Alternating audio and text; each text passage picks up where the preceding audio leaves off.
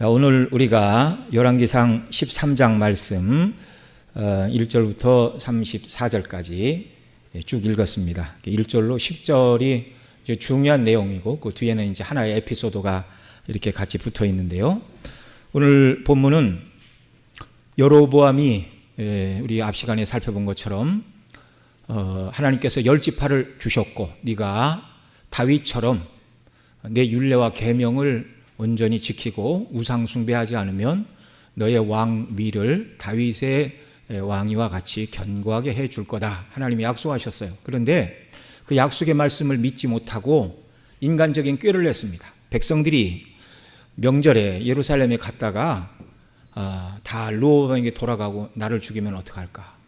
그래서 그런 어리석은 본성의 말에 귀를 기울이면 안 되고 하나님의 말씀에 목숨을 걸어야 된다. 우리 지난주 그 말씀을 드렸죠. 이 여로보암이 행한 죄가 4가지였습니다. 여호와 하나님을 대신하여 금송아지를 만들었고, 둘째는 하나님이 세우라고 지명하여 주신 성전을 대신하여 여러 곳에 산당을 세웠고, 그 다음에 세 번째가 이제 레위지파 제사장들을 대신하여 일반인들로 제사장을 삼았고, 그 다음에 네 번째 또 해서 안 되는 일이 유월절, 오순절, 장막절과 같은 명절 대신에 8월 15일에 자기 나름대로 새로운 명절을 만들었어요. 뭐라고 불렀는지는 모르지만 이 4가지 엄청난 우상 숭배를 시작을 했습니다. 그 백성들을 빼앗기지 않으려 했는데 그 결과가 도리어 레위인과 제사장들 그리고 경건하여 하나님을 섬기고자 하는 북쪽에 살던 지파들 중에 많은 사람들이 여로보암에게 내려왔다. 그렇게 말씀을 드렸죠. 그러니까 신실하고 경건한 모든 사람들은 다 잃어버렸습니다. 백성을 빼앗기지 않으려고 했는데 신실한 사람들을 다 잃어버렸어요. 네. 그러니까 하나님께서 보실 때 북쪽에는 그렇게 믿음으로 하나님을 사랑하고자 하는 뜨거운 열정이 별로 없는 사람들이에요. 네. 그리고 이제 오늘 본문은 여로보암이 베델에 세운 단 위에 올라가 그 단 곁에서 분향하려는 그때에 유다로부터 올라온 선지자가 회개를 촉구하는 내용, 그 다음에 이 선지자가 이제 유다로 돌아가는 길에 베델의 늙은 선지자에게 속아서 떡도 물도 마시지 말라는 말씀을 어기고 그 사람 따라가서 떡 먹고 물 먹고 그리고 길을 가다가 사자에게 물려 죽는 내용을 기록을 하고 있습니다. 자, 먼저 여로보암이 새로 만든 단에서 분향할 때 유다로부터 온 하나님의 사람이 여호와의 말씀으로 우상 숭배를 책망하며 그 단에서 그 단이 아주 더러워질 것을 얘기를 하고 그 다음에 이제 한 징조를 말하죠. 오늘 본문 1절로 3절 같이 읽습니다. 시작. 보라, 그때 하나님의 사람이 여호와의 말씀으로 말미암아 유다에서부터 베델에 이르니 마침 여로보암이 제단 곁에 서서 분향하는지라. 하나님의 사람이 제단을 향하여 여호와의 말씀으로 외쳐 이르되 제단아 제단아 여호와께서 이와 같이 말씀하시기를 다윗의 집에 요시아라 이름하는 아들을 낳으리니 그가 내 위에 분향하는 산당 제사장을 내 위에서 제물로 바칠 것이요 또 사람의 뼈를 내 위에서 불사르리라 하셨느니라 하고 그날에 그가 징조를 들어 이르되 이는 여호와께서 말씀하신 징조라 제단이 갈라지며 그 위에 있는 재가 쏟아지리라 하매. 자, 여로보암이 우상 숭배를 하고 그 단에서 이렇게 분향을 하고 있는 그때에 유다로부터 온 하나님의 사람 선지자죠. 담대히 지금 하나님의 말씀을 전하고 있습니다. 이 사람은 여호와의 말씀으로 말미암아 유다로부터 베델이 이르렀다. 그러니까 이 하나님의 사람의 행동의 원리는 뭐예요? 여호와의 말씀으로 말미암아. 이게 하나님의 사람들의 특징입니다. 하나님의 명하신 말씀이 이 사람의 모든 행동의 원리가 되고 동기가 되는 사람이 하나님의 사람이죠. 여호와께서 베델로 가라 하시니 갔고 베델에 이르러 2절에 보면 하나님의 사람이 제단을 향하여 여호와의 말씀으로 외쳐 이르되 자기 말을 하는 게 아니라 여호와께서 주신 말씀대로 외쳐 그 단을 저주합니다. 다윗 집에 요시아라 이름하는 아들이 태어날 것인데 그가 내 위에 분향하는 산당 제사장들을 내 위에 제물로 바칠 것이요 또 사람의 뼈를 내 위에 사르리라. 이건 그 단을 더럽게 하는 거예요. 자, 전혀 주저함 없이 하나님의 말씀대로 이렇게 이야기하고, 또 훗날 요시아가 이런 일을 분명히 해갈 것을 하나의 징조를 들었는데, 그 징조가 뭐냐면 제단이 갈라지고 갈라진 제단 틈 사이로 위에 재들이 쏟아질 것이다, 이렇게 말하고 있어요. 지금 이 말을 여로보암이 그 제단 곁에서 분향하고 있을 때 지금 이 말을 하고 있는 것입니다. 예, 참 이건 보통 말이 아니에요. 지금 이런 말을 하면 그 말을 지금 여로보암이 듣고 가만히 두겠어요? 가만두지 않죠. 지금 여로보암은 백성을 빼앗기지 않으려고 4가지 정책을 만들고 지금 처음으로 시행하고 왕으로서 거기에 나가 이렇게 분향하고 뭔가 백성들에게 모범을 보이고 백성들을 하나로 끌어모으려고 하는데, 자기가 행하고 있는 모든 일들을, 정책들을, 사실은 우상숭배지만 그가 생각할 때는 국가를 세우는 중요한 행사라고 착각을 했을 것입니다. 근데 그 모든 일에 유다로부터 온 선지자가 나와서 저주와 막말을 하고 막 그냥 꾸정물을 뿌리고 있는 거예요. 정말 하룻강아지 법무소인 줄 모르고 이 선지자가 이 말을 하면 자신이 죽을 줄 모르고 지금 이런 말을 하고 있는 것인가? 눈에 보이는 왕도 두렵지만 이 하나님의 사람은 인간 왕이 두려워 주저하지 않고 눈에 보이지 아니하시는 하나님을 더 두려워하여 경외함으로 담대하게 왕 옆에서 왕이 하는 모든 일들이 악하다, 더러운 일이다, 이것은 반드시 더럽게 되고 반드시 이루어질 일이다라고 징조를 함께 말하고 있는 것입니다. 왕의 면전에서 왕이 하는 일이 악한 일이요 하나님의 미워하시는 일이라는 것을 말할 수 있는 사람, 이런 사람이 과연 누구이죠? 여러분, 이 유다로부터 온 사람들은 유다로부터 온 이 하나님의 사람은 진실로 하나님이 살아계시고 하나님이 모든 일의 최후 주권자임을 믿는 신실한 하나님을 경외하는 사람이었습니다. 저와 여러분도 사람을 두려워하지 않고 살아계신 한 분 하나님만 경외하고 두려워함으로 경외하고 두려워함으로 사랑함으로 하나님의 뜻만 따라가는 역사가 우리에게 있기를 바랍니다. 어리석어 보여도 이것만이 진리고 이것만이 정말 하나님이 기억하시는 일입니다. 이 선지자의 하나님의 사람의 모습은요, 일면 하나님의 사람 모세를 닮았어요. 히브리 11장 27절에 보면 모세의 믿음을 말하면서 믿음으로 애굽을 떠나 왕의 노함을 무서워하지 아니하고 곧 보이지 아니하는 자를 보는 것 같이 하여 참았으며, 세상 왕을 두려워하지 않고 눈에 보이지 않는 하나님을 더 두려워한 것이 모세였는데 유다로부터 온 선지자도 그러하였습니다. 여로보암이 자기를 죽일 것이다 라는 것을 알고 있었지만 하나님을 신뢰함으로 주저하지 않고 담대히 하나님 말씀을 이 유다에서 온 선지자가 전하였다는 말입니다. 저와 여러분 모두 그리스도 안에서 우리를 사랑하시고 택하시고 구원하신 하나님만 두려워하고 사랑하는 자들이 되시기를 바랍니다. 사람이 두렵고 형편이 두려워 하나님의 말씀과 하나님을 사랑하는 일과 하나님의 뜻에 순종하는 일을 뒤로 미루는 자들이 되어서는 안 되겠습니다. 그것은 어리석은 일입니다. 자, 이 모습을 지켜보고 있던 여로보암이 보인 반응이 무엇이죠? 오늘 본문 4절 같이 읽습니다. 시작. 여로보암 왕이 하나님의 사람이 베델에 있는 제단을 향하여 외쳐 말함을 들을 때에 제단에서 손을 펴며 그를 잡으라 하더라. 그를 향하여 편손이 말라 다시 거두지 못하며. 여로보암 입장에서는 듣기 싫은 말, 정말 있어서는 안 될 일이 그 자리에서 일어났어요. 그래서 손을 펴서 잡으라. 저 사람 잡으라. 이건 뭐 좋게 하는 말이죠. 저를 잡으라. 왜 잡으라고 그래요? 가만두지 않겠다는 거예요. 죽이겠다는 거예요. 백성을 빼앗기지 않으려고 세운 모든 정책들을 시행하고 있는데 저주를 퍼붓고 있습니다. 그래서 제단에서 손을 펴고 저를 잡으라. 이제 유다에서 올라온 하나님의 사람들은 체포되어 죽는 것은 시간 문제가 되었습니다. 그러면 정말 유다에서 올라온 하나님의 사람은 여로보암에게 잡혀서 죽게 되었나요? 그렇지 않죠. 하나님의 사람이 하나님의 명하신 일을 행할 때 하나님께서도 하나님이 하셔야 될 일을 그 시간 하셨습니다. 자, 첫째로 하나님의 사람이 말한 대로 징조를 말했죠. 제단이 갈라지고 재가 쏟아지리라 말한 대로 그런 일이 일어났습니다. 5절 같이 읽습니다. 시작. 하나님의 사람이 여호와의 말씀으로 보인 징조대로 제단이 갈라지며 재가 제단에서 쏟아진지라. 그 징조가 이루어졌죠.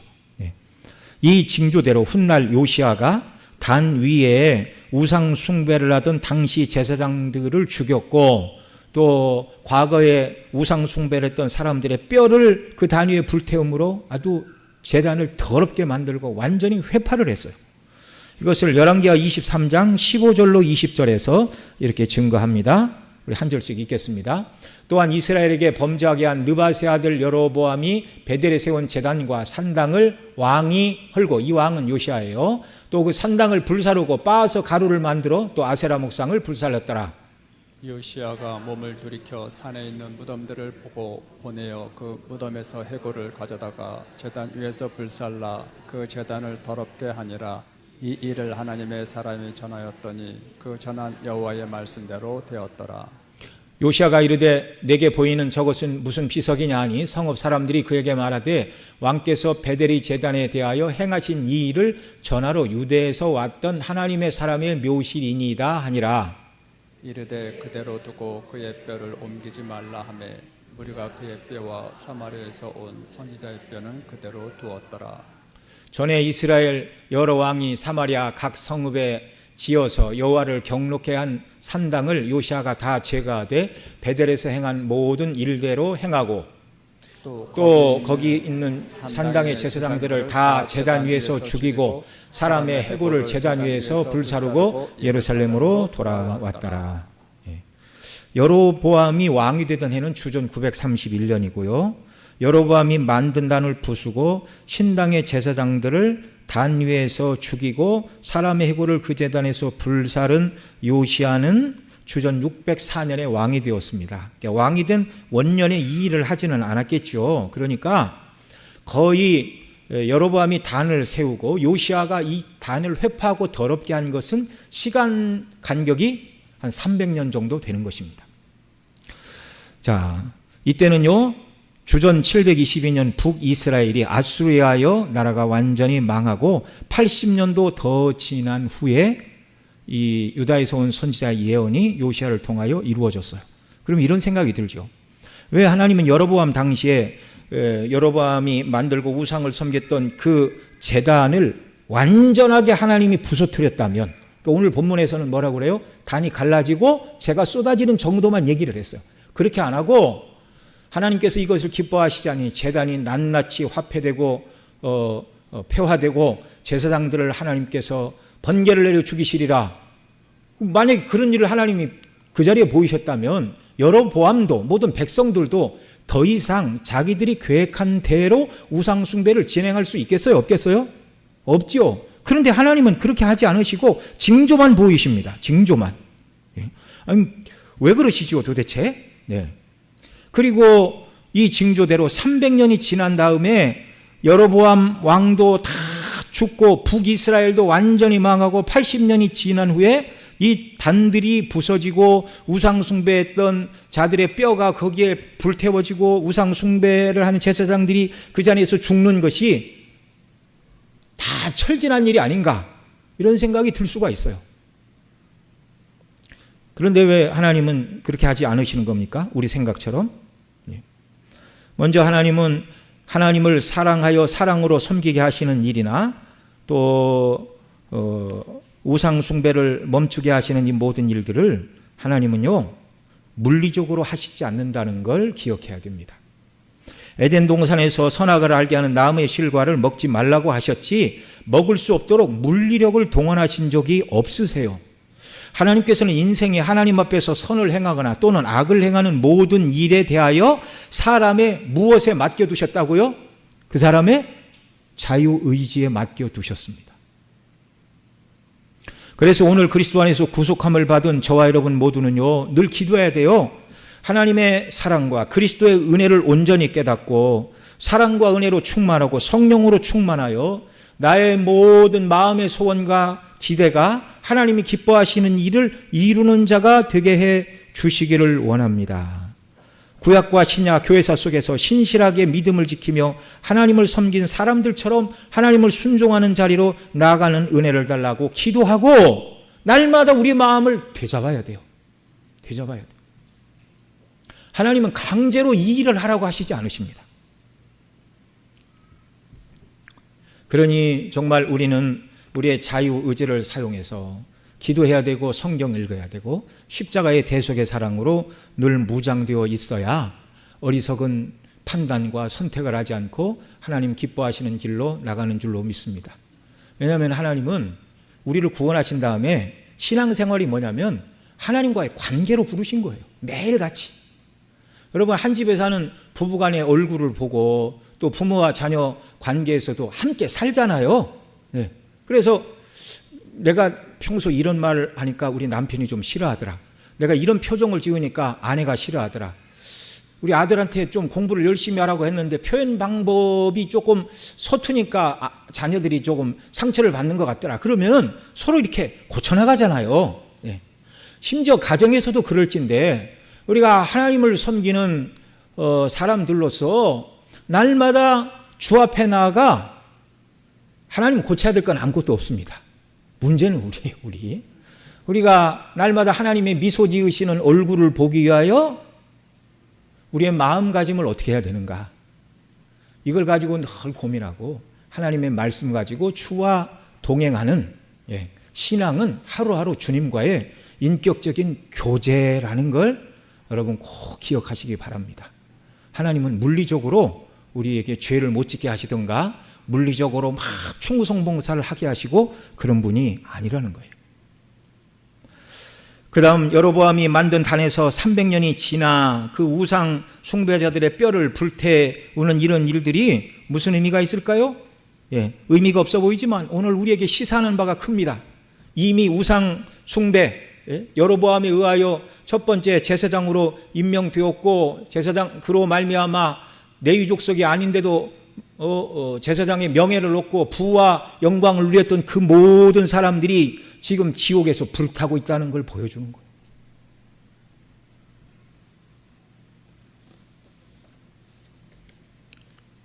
훗날 이런 일이 일어날 것을 하나님의 사람은 징조로 하나님 주신 말씀대로 말하였을 때 제단이 갈라지고 위에 있던 재가 쏟아질 것이라 말한 대로 그런 일이 일어났습니다. 그래서 우리가 읽은 대로 5절에 하나님의 사람이 여호와의 말씀대로 보인 징조대로 제단이 갈라지며 재가 제단에 쏟아진지라 이렇게 말하고 있어요. 자, 그러면 여로보암의 반응은 어떠해야 됩니까? 자신이 계획한 우상 숭배에 대하여 하나님께서 매우 진노하신다는 말을 선지자를 통하여 주셨고 또 표징도 보여주셨으니 돌이켜야 돼요. 그런데 여로보암은 제단이 갈라지고 그 위에 재가 쏟아지는 것 이런 것은 전혀 관심을 두지 않고 있습니다. 이것은 사람이 표징과 징조를 본다 하여도 회개하지 않는다는 걸 보여주는 거예요. 여호와께서 모세를 통하여 10가지 재앙을 애굽의 바로왕 면전에서 나타내셨지만 바로왕은 분리하면 이 백성을 보내겠다 하고 또 재앙이 그치면 그 약속을 철회를 했어요. 끝내는 10가지 재앙 후에 이스라엘을 나가라고 했지만 미련을 끝까지 버리지 못하고 애굽의 모든 병거를 동원하여 추격하다가 그 모든 군대를 홍해 바다에 잃어버리고 말았습니다. 사람은 표적을 본다고 회개하는 것이 아닙니다. 성령에 거듭나게 하시는 역사가 아니면 사람이 죄와 악을 버리고 회개하며 하나님께 돌이키지 않는다는 것을 보여주시는데 오늘 우리는 사람이 택함을 받았는지 성령이 그 사람을 역사하시는지 알지 못하니까 우리는 복음을 전해야 되고 우리는 이런 말씀을 들을 때 내 자신은 어떤 사람인가 말씀에 비춰보고 회개하고 하나님의 은혜를 강구해야 하는 것입니다. 여로보암이 제단이 무너지고 그 위에 재들이 쏟아지는 표적을 보았음에도 그 다음 이후에 그 제단에 대해서 일철 여로보암이 어떤 언급을 하지 않아요. 그러나 자기에게 생긴 일에 대해서는 예민합니다. 우리 4절 읽은 대로 여로보암 왕이 하나님의 사람이 베델에 있는 제단을 향하여 외쳐 말함을 들을 때 제단에 손을 펴며 그를 잡으라 하더라. 그런데 어떻게 되었어요? 그를 향하여 편 손이 어떻게 되었다고요? 말라 다시 거두지 못하며 여기 말랐다 그 말은 손이 마비되었다는 표현입니다. 손이 말라. 네.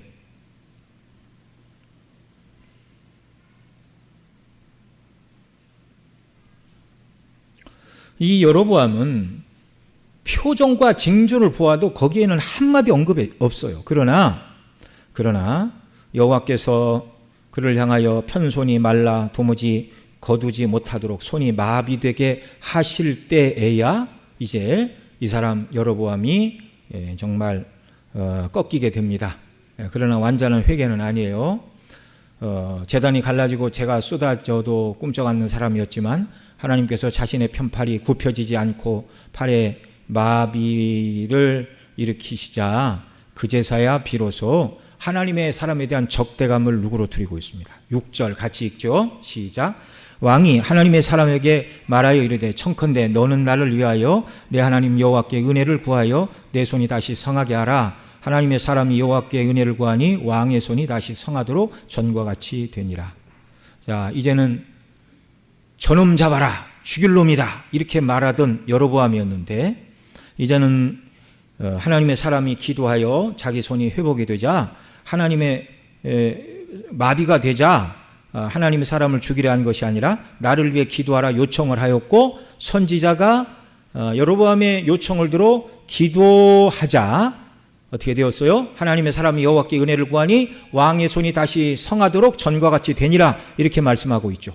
자, 하나님께서 선지자의 기도를 들으시고 왕에게 회복을 주신 이유는 두 가지 목적입니다. 첫째는 지금 와서 이 모든 말을 행하고 말을 하고 있는 선지자의 말이 하나님께서 주신 것임을 보증해 주기 위하여 유다로부터 온 선지자의 기도를 들으시고 마비된 왕의 손에 마비가 풀리게 하신 거예요. 이게 첫 번째고 두 번째는 선지자의 기도로 여로보암의 손이 회복되었을 때 여로보암으로 하여금 그 모든 우상 숭배의 죄를 회개하고 하나님께로 돌이킬 기회를 주시기 위함이었습니다. 그러면 여로보암은 불구가 되었던 손이 하나님의 사람의 기도로 회복이 되었을 때 여로보암은 그에 합당한 반응을 보였나요?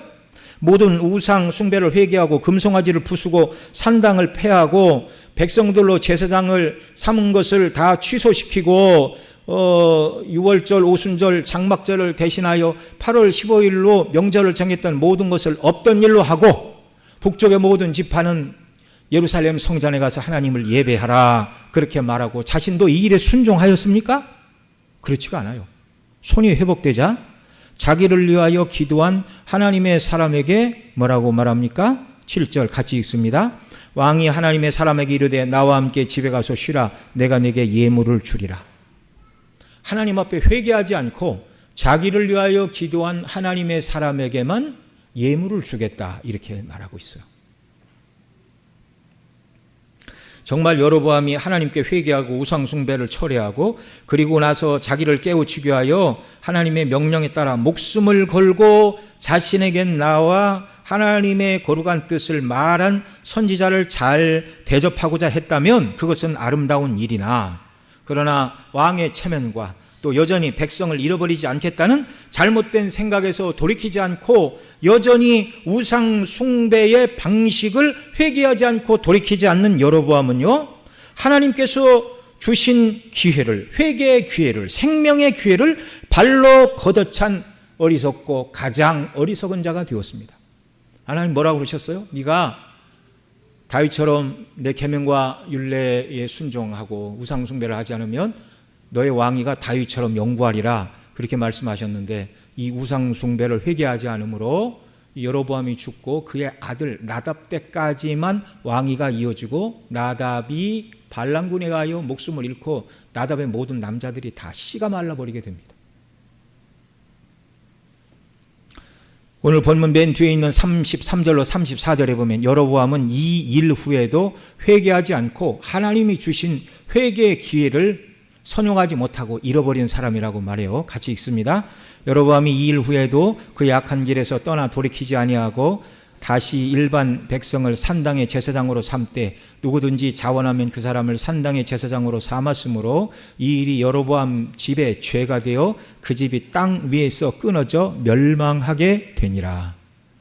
이 우상 숭배의 지가 멸문지화 그 여로보암 집의 모든 남자가 씨가 마르는 하나님의 심판과 징계와 저주를 받게 될 일인 줄을 모르고 있어요.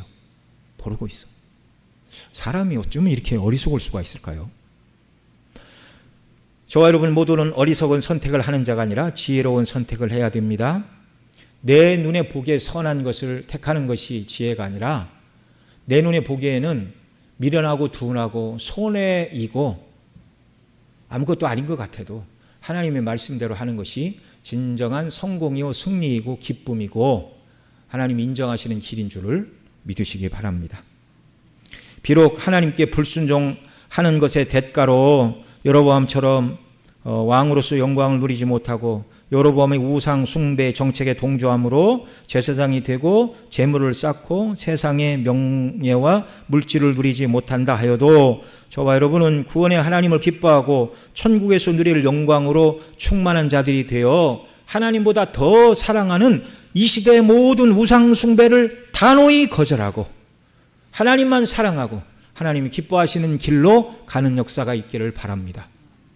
여러분, 이 열왕기 상하, 사무엘 마찬가지고 역대 상하, 이스라엘 모든 역사서를 통하여 하나님이 가르쳐 주시는 가장 큰 교훈은요, 우상 숭배하지 말라는 거예요.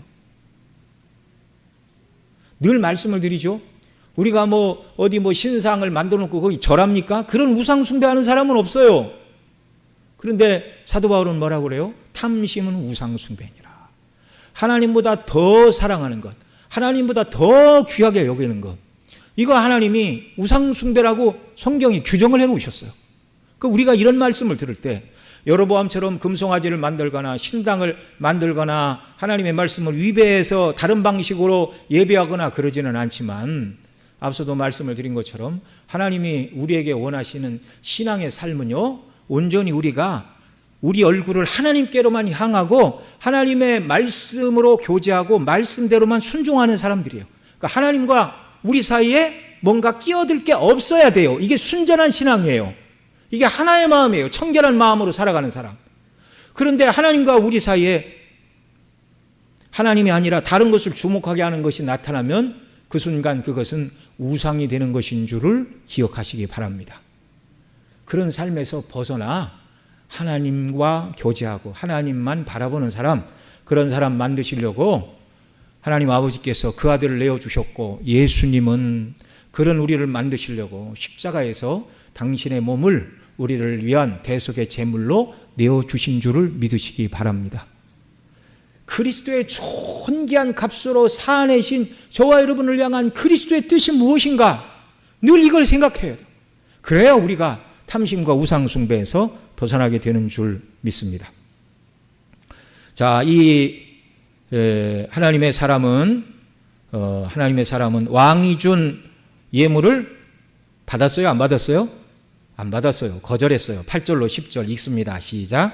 하나님의 사람이 왕에게 대답하되 왕께서 왕의 집의 절반을 내게 준다 할지라도 나는 왕과 함께 들어가지 아니하고 이곳에서 떡도 먹지 아니하고 물도 마시지 아니하리니 이는 곧 여호와의 말씀이 내게 명령하여 이르시기를 떡도 먹지 말며 물도 마시지 말며 왔던 길로 되돌아가지 말라 하셨음이니이다 하고 이에 다른 길로 가고 자기가 베델에서 오던 길로 되돌아가지도 아니하니라. 다른 길로 갔어요. 떡도 안 먹고 물도 안 마시고. 잘했습니까? 잘못했습니까? 잘했어요. 하나님의 말씀대로 했으니까. 성경이 여기까지만 딱 기록을 하고 이제 멈췄으면 좋겠는데 또 다른 에피소드 하나가 더 있습니다.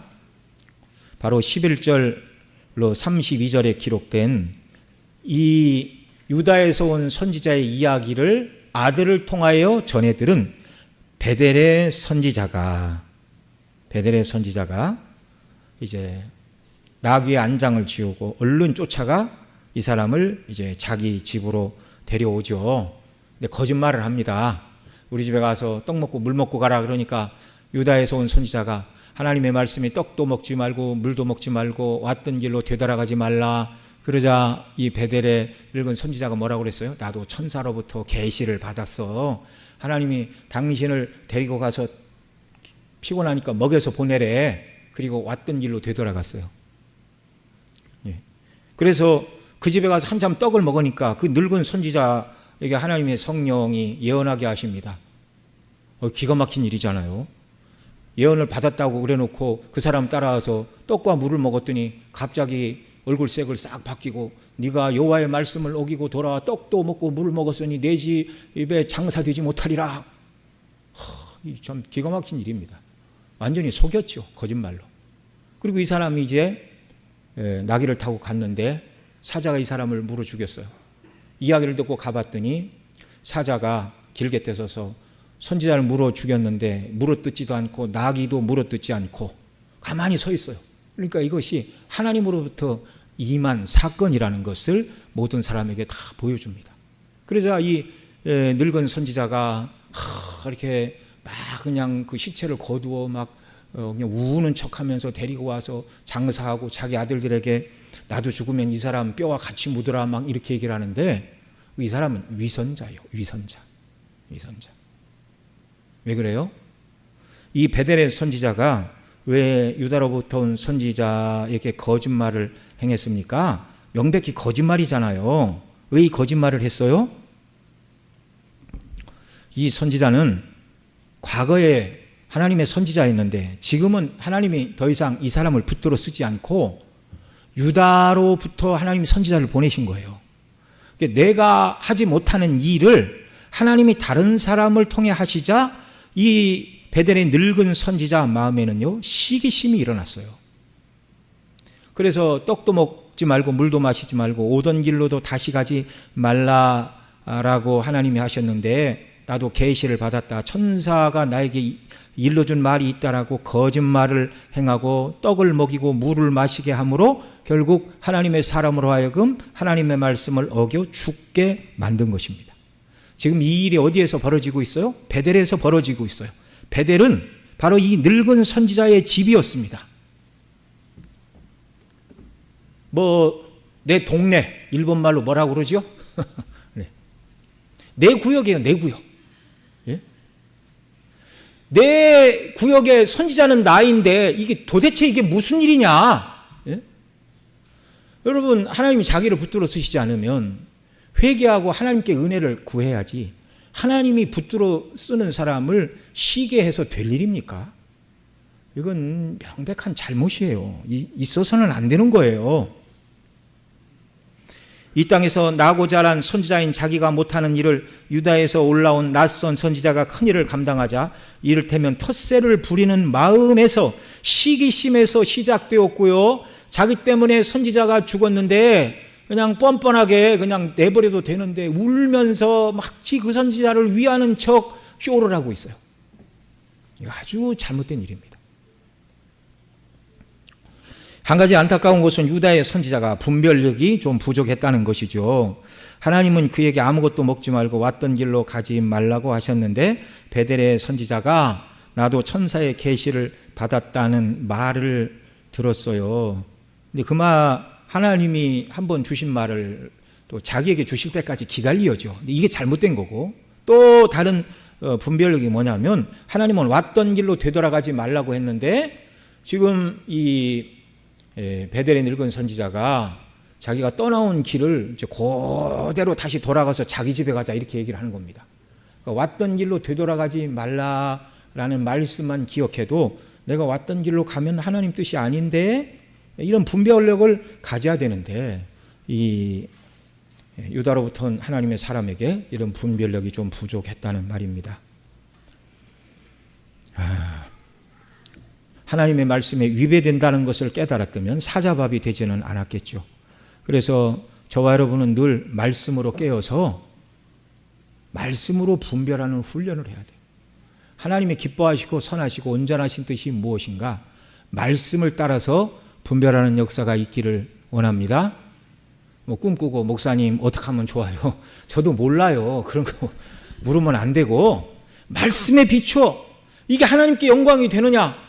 그리스도를 사랑함으로 행하는 일이냐? 내가 이 일을 통하여 주님의 이름이 높아지겠느냐? 이런 기준을 가지고 범사의 모든 일을 판단하는 이런 역사들이 우리에게 있기를 바랍니다. 여러분, 이 신약의 사도 바울은 빌립보서를 쓰면서 자신이 감옥에 갇히자 사도가 복음을 전할 수 없게 되자 사도보다 더 유명해지려는 경쟁심, 시기심으로 복음을 전하는 자들이 있다라고 말하면서 사도는 그렇게 말해요. 그러나 외모로 하나 참으로 하나 무슨 방도로 하든지 그리스도가 전파되고 택한 백성이 구원되고 하나님 나라가 성장되므로 이로써 나는 기뻐하고 또한 기뻐하리라. 여러분, 저와 여러분 모두가 이런 사도 바울의 넓은 마음을 가지고 하나님의 일에 동역하는 귀한 역사가 우리에게 있기를 바랍니다.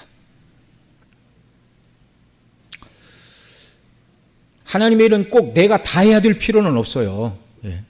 내가 아니라 하나님이 다른 사람을 붙들어 쏘실 때 그 사람을 위해서 기도하고 격려해주고 또 지지해주고 또 내가 도울 일 있으면 함께 힘을 합하는 이런 일들, 이런 아름다운 신앙의 협력의 모습이 우리 중심교회 성도님들 모습 가운데 더 아름답게 드러나는 은혜를 주님께서 베풀어 주시기를 원합니다.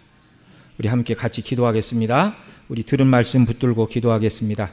첫째는 회개할 기회를 주셨는데 욕심과 고집으로 회개하지 않고 멸망길을 간 회개의 기회를 걷어찬 여로보암과 같은 어리석은 길로 가지 않도록 주여 내 마음을 늘 정말 하나님의 은혜의 강수가 흐르게 하시고 겸손한 마음으로 잘못된 것을 회개하고 주님의 은혜를 간구하는 자가 되게 하여 주옵소서.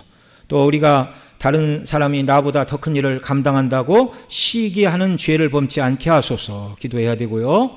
또 유다의 선지자는 말씀으로 깨어 온전히 분별하지 못하여 사자밥이 되었는데 오늘 우리에게 지혜를 주시고 말씀으로 깨어 있어 하나님의 선하신 뜻을 늘 분별하는 은혜를 내게 베풀어 주세요. 또한 우리 모든 성도들이 시기심을 뛰어넘어 다른 성도가 더 하나님의 영광을 위해 섬기는 자들이 되기를 기도하고, 물론 나도 그런 사람이 되기를 위하여 기도하고, 사랑으로 협력하고 주의 뜻을 이루어가는 중심교회가 되는 은혜를 베풀어 달라고 여러분 우리 통성으로 함께 같이 기도드리겠습니다. 사랑하시는 아버지 하나님, 이 시간 주께서 주신 말씀 붙들고 기도합니다.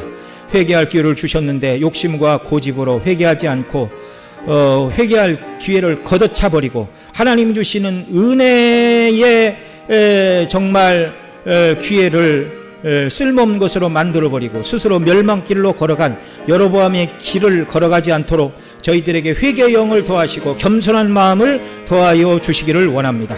또한 나보다 다른 사람이 더 하나님의 손에 붙들려 크게 쓰임받는 그런 일을 우리가 보게 될 때 시기함으로 죄를 범하는 자들이 되지 않도록 도와 주시옵소서.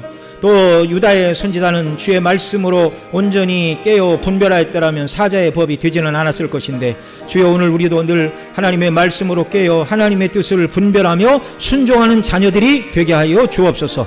뿐만 아니라 우리가 시기심을 뛰어넘어 다른 성도가 더 하나님의 영광을 위하여 섬기는 자들이 되기를 위하여 기도하고 그들을 위하여 협력하며 주의 뜻을 이루는 중심교회 모든 성도들이 되도록 복의 복을 더하여 주시옵소서. 존귀하신 우리 구주 예수님의 존귀하신 이름으로 기도드리옵나이다. 아멘.